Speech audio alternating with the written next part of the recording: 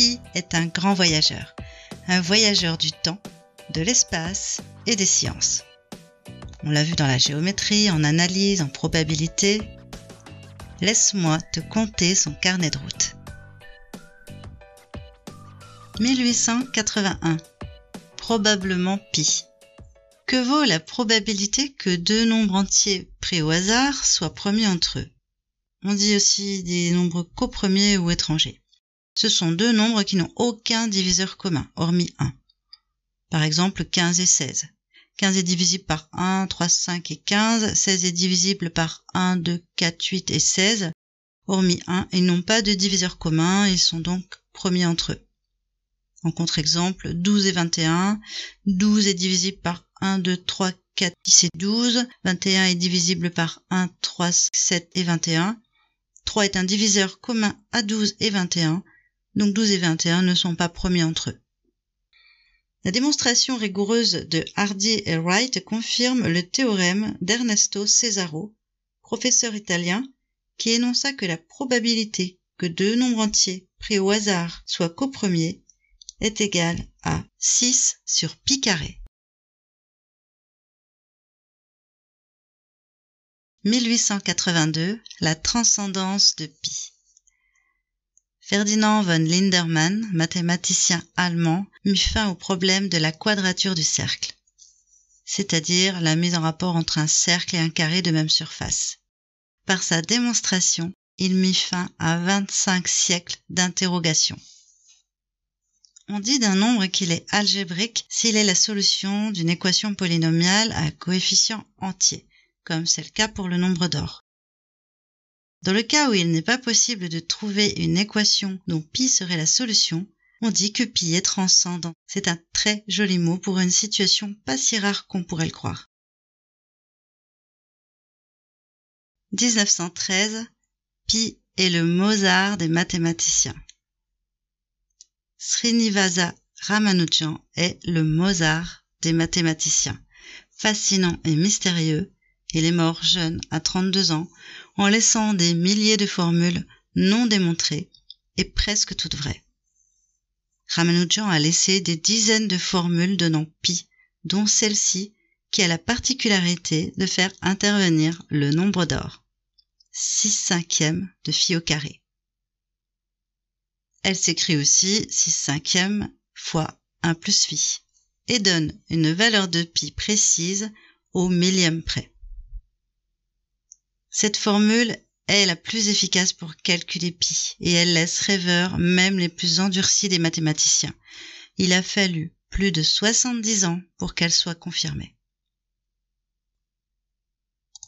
Le point d'exclamation successif à un nombre signifie d'effectuer le produit de tous les entiers qui le précèdent. Cela s'appelle une factorielle. Exemple, factorielle 5 égale 5 fois 4 fois 3 fois 2 fois 1, soit 120. Avec cette formidable relation, il donne 30 décimales de pi en cette époque. Plus tard, en 1973, sa formule permit, à l'aide d'ordinateurs, de dépasser le million de décimales, puis en 1997, la 1000 milliardième. 1937, la découverte de pi. Lors de l'exposition universelle de 1937, le tout nouveau palais de la découverte consacre une salle entière à pi et ses 707 décimales. Pas encore toutes justes, celles calculées par William Shanks en 1873 à la main. 1946, l'ultime calcul de pi à la main. Daniel Ferguson fut le dernier à calculer un grand nombre de décimales de pi à la main et corrigea l'erreur de William Shanks. Sur les 707 décimales annoncées, 527 étaient justes. On corrigea donc les inscriptions sur le mur de la salle pi du Palais de la Découverte en 1950. 1949. L'explosion des décimales de pi. L'ordinateur ENIAC dévoila 2037 décimales en 70 heures de calcul. En 1962, l'ordinateur IBM 7094 livra 100 265 décimales. À raison d'un chiffre par seconde, il faudrait plus d'une journée pour énumérer toutes ces décimales. En 1973, on atteint 1 million de décimales. En 89, 1 milliard. C'est grâce aux frères David et Gregory Tchudnovsky, deux mathématiciens ukrainiens. En 2002, nous atteignons 1 billion. 1 billion équivaut à 1000 milliards. Grâce à Yasumasa Kamada, mathématicien japonais, et l'Hitachi SR8000 MPP. En 2022, nous atteignons 100 billions de décimales de pi en 158 jours. À raison d'un chiffre par seconde, il faudrait plus de 30 000 années pour tous les énoncer.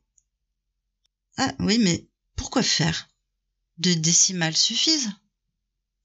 La réponse à cette question est la même qu'à la question de pourquoi les alpinistes veulent-ils gravir le mont Everest? Ou encore, pourquoi les athlètes veulent-ils battre des records?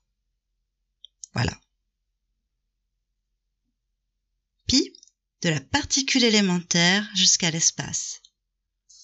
Il faut avoir envie de trouver pi un peu partout pour dégoter cette jolie formule. Prenons l'atome le plus simple de tous les atomes, l'hydrogène. Un noyau composé d'un seul proton autour duquel gravite un électron. La masse du noyau de l'hydrogène divisée par la masse de son électron vaut 6 pi puissance 5. En effet, la masse du proton est de 1,67262192 10 puissance moins 27 kg. La masse de l'électron est de 9,1093 826 fois 10 puissance moins 31 kg. Le rapport est environ égal à 1836,15. Or, 6 pi puissance 5 est environ égal à 1836,12. La Terre a un rayon moyen de 6371 km. Supposons qu'elle soit sphérique. Admettons que l'on encercle la Terre d'une corde. Allongeons suffisamment cette corde pour qu'elle soit à une altitude de 1 mètre tout partout. Question, quelle longueur de corde supplémentaire cela nécessite-t-il? Le périmètre de la corde initiale équivaut à 2 pi r, soit 2 pi fois 6371. On est égal à 40 030 km, 1735 92. Le périmètre de la corde allongée est égal à 2 pi r', soit 2 pi fois, je convertis en kilomètres, le mètre qui a été rajouté, 2 pi fois 6371,001, qui est égal à 40 030 km, 1798,75. La différence entre les deux périmètres est de 0,062830 km, soit 6,2830 mètres, qui est le double de 3,1415, donc le double de pi. Est-ce vrai pour la Lune aussi, Mars ou le Soleil? Ou est-ce encore un résultat si beau qu'il en est louche? Attention, je vais casser un mythe. Voici la démonstration courte et simple qui prouve qu'il n'y a pas de quoi fouetter un chat. Le premier périmètre, P égale 2 pi r. Le périmètre allongé, P' est égal à 2 pi r', qui s'écrit aussi 2 pi fois r plus 1. L'écart entre les deux périmètres équivaut à P' moins P, soit 2 pi r plus 1 moins 2 pi r, égale 2 pi facteur de r plus 1 moins r égale 2 pi. C'est QFD. Il est normal de trouver 2 pi, quel que soit le cercle étudié. 2020, l'envol de Pi. À plus grande échelle, il a été découvert une exoplanète qui orbite autour d'une autre étoile que le Soleil. Cette découverte par le MIT en 2020 est presque de la taille de notre Terre. Elle tourne autour d'une étoile naine ultra froide et son orbite est assez étroite. En effet, elle fait le tour complet de son étoile en 3,14 jours terrestres. De cette période de révolution est né son nom. Pi. Le pième. Le pième est un petit poème pour retenir le nombre pi. Nous devons ce poème à Maurice de Serres. C'est un moyen mémotechnique pour retenir les premières décimales de pi. Que j'aime à faire apprendre un nombre utile aux sages. Glorieux Archimède, artiste ingénieux, toi de qui Syracuse aime encore la gloire, soit ton nom conservé par de savants grimoires. Jadis mystérieux, un problème existait. Tout l'admirable procédé, l'œuvre étonnante, que Pythagore découvrit aux anciens Grecs. Ô quadrature, vieux tourment du philosophe, sibylline rondeur, trop longtemps vous avez défié Pythagore et ses imitateurs. Comment intégrer l'espace plan circulaire? Former un triangle auquel il équivaudra? Nouvelle invention? Archimède inscrira dedans un hexagone, appréciera son aire, fonction du rayon, pas trop ne s'y tiendra, dédoublera chaque élément antérieur, toujours de l'orbe, calculé approchera. Définira limite, enfin l'arc, le limiteur. De cet inquiétant cercle, ennemi trop rebelle, professeur enseignait son problème avec zèle. Je pense avoir validé le dernier vers. En remplaçant chaque mot par le nombre de lettres qui le composent, et pour 10 lettres, il faut associer 0. On retrouve alors les 120 premières décimales de pi. Peut-on dire que j'ai vraiment validé le dernier vers avec cette recherche sur pi? Pas mal. À 2 doigts de pied de la fin. Zélons encore un tout petit peu.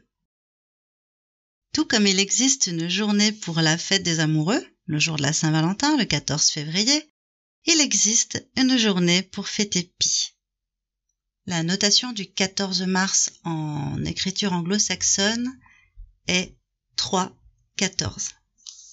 À peu de choses près visuellement, on retrouve le nombre pi, 3,14. Ça ne s'invente pas. Chaque année, le 14 mars, de nombreux événements ont lieu, des conférences, des comédies musicales. En 2020, ce jour-là, on a eu droit à la fermeture de tous les restaurants, cafés, cinémas, bars, discothèques. Mais je crois que ça n'a aucun rapport avec la choucroute. Cette journée internationale des mathématiques, oui, parce que pi est un peu l'un des plus beaux emblèmes des mathématiques, est promulguée par l'UNESCO. Le 14 mars n'est pas une date anniversaire quelconque non plus. C'est le jour d'anniversaire de naissance d'un des plus grands génies qu'ait porté cette terre, j'ai nommé Albert Einstein. Mais c'est aussi le jour d'anniversaire du décès d'un des plus grands physiciens, j'ai nommé Stephen William Hawking.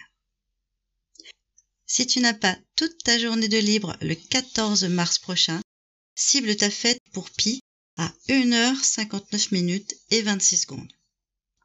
Bah oui, pi égale 3,1415926.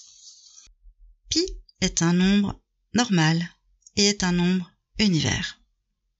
Grâce à la connaissance des décimales de pi, il a été établi que la proportion de chacun des 10 chiffres de 0 à 9 est la même pour tous. On dit alors que pi est normal. En contre-exemple, un tiers n'est pas normal, car un tiers est égal à 0,3333333, etc. Il n'y a que des 3. Il a aussi été établi que l'enchaînement des décimales successives n'est pas prévisible ni ordonné. On dit alors que pi est univers. En contre-exemple, un septième n'est pas univers, car il s'écrit 0,14 28 57 14 28 57 14 28 57, etc. Il offre cette répétition dans ses décimales. Puisque pi est univers, il contient n'importe quelle séquence de chiffres, dont ta date de naissance, ton numéro de téléphone, ou même ton numéro de compte bancaire, attention, et en associant une lettre à un nombre, comme par exemple 01 donne la lettre A, 02 donne la lettre B, 03 donne la lettre C, etc. Prenons 26 pour Z et 27 pour un espace. Alors tu trouveras ton prénom Ta dernière recherche YouTube? Un chant de Noël en verlan? Les noms des 10 prochains chefs de l'État français? Ou encore, je pourrais trouver le texte entier de cette vidéo caché dans les décimales de pi. J'espère que ce voyage t'a permis d'en apprendre un petit peu plus sur ce nombre formidablement mystérieux. Partage cette vidéo et fais-moi savoir quelle partie t'a le plus impressionné. À bientôt!